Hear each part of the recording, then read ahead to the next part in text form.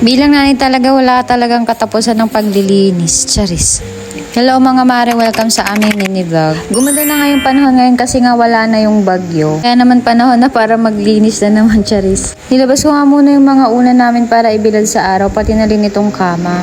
Ilang araw na din kasing umuulan. Importante din talagang nabibilad tong mga to sa araw para kahit papano ay mabawasan naman yung mga germs, charis. As a strong independent nanay talaga, kahit sobrang bigat ng mga dala-dala mo, wala ka talagang magagawa. Unang araw ko pala to ng paglilinis ngayon. Oo, unang araw. Sa sobrang laki kasi ng bahay ng biyanan ko, kailangan hindi lang isang araw ang paglilinis dito. Charis, sinimulan ko na ang agiwan lahat ng kwarto, pati na rin dito sa sala. Once a month lang talaga ako naglilinis dito. Ay kasi ng bahay, kaya minsan pa happy-happyaw na lang yung paglilinis ko. Sa totoo lang, magwawalis ka pa lang, grabe na yung pawis mo. Paano pa kaya pagka general cleaning na? Ewan ko, ba't ang laki kasi na pinagawa ng bahay ng biyanan ko? Charis, bakit pa tayo magre-reklamo? Ang mahalaga may tinitirhan, diba? Ngayon nga nakaset yung pagpupunas siya kapag aagyaw ko.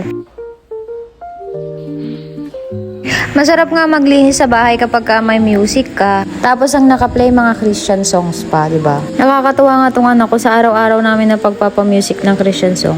Nakatutok talaga siya dyan ngayon. Pinapanood niya yung mga songs na nakaplay tapos maya't maya ay ginagaya na niya tsaka alam niya nakantahin. Kinapunan nga niya, nagtupi na ako ng mga nilabhan ko nung isang araw. Oo, hindi ko talaga tinupi agad. Charis. Alam niyo naman yan yung pinakayo na ayaw ko, di ba? Charis. Kinaumagahan nga niyan, maaga akong nagising. Kasi kailangan kong ituloy yung paglilinis ko dito sa bahay. Pagkagising ko nga dyan, binuksan ko nga muna yung mga bintana. Sarap sa pakiramdam pagka nagbubukas ka na ng bintana, no? Nakaka-relax sa katawan.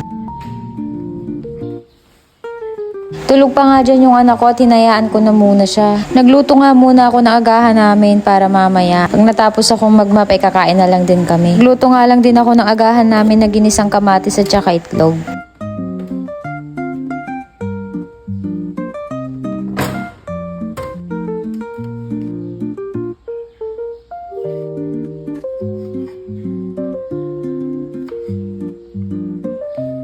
Ginisa-gisa ko na nga dyan yung mga sangkap na gagamitin, sama na rin yung kamatis, pati na rin yung itlog. Oo, mas madami yung itlog kasi ayaw ng kamatis yung anak ko. Pagkatapos ko nga magluto, binuksan ko yung TV tapos nagplay na rin ako ng Christian songs. Nakaka-relax kasi din maglinis at saka kumilos, diba, kapag ka may mga music kang naririnig. Winalisan ko na nga muna yung sahig tsaka ako magmamap. Kasi ako komportable na magmap kapag ka hindi pa nawawalis. Ang dumi kasi masyado. Char. Nung nagsimula na nga akong magmap, nagising na rin si madam. Parang ang dali-dali lang sa video maglinis niyo, pero sa totoo lang pawis na ako niyan, char. Pagtapos nga akong nagmap, winalis ko na ulit, tsaka ako na lang din pinunasan. Spray na rin ako ng disinfectant spray para at least kahit papaano mabangot, malinis na. After nga namin kumain ni Sky, pumunta na kami ng church. Muntik pa kaming malate kasi wala talaga kaming masakyan. Pagkatapos nga ng service, tumiretso kami sa SM. Kahit wala kang pera, pwede ka talagang mamasyal, charis. Gusto pa nga niya maglaro kasi sabi ko umuwi na kami. Sobrang sakit kasi ng ulo ko. Yun lang muna for today. Bye!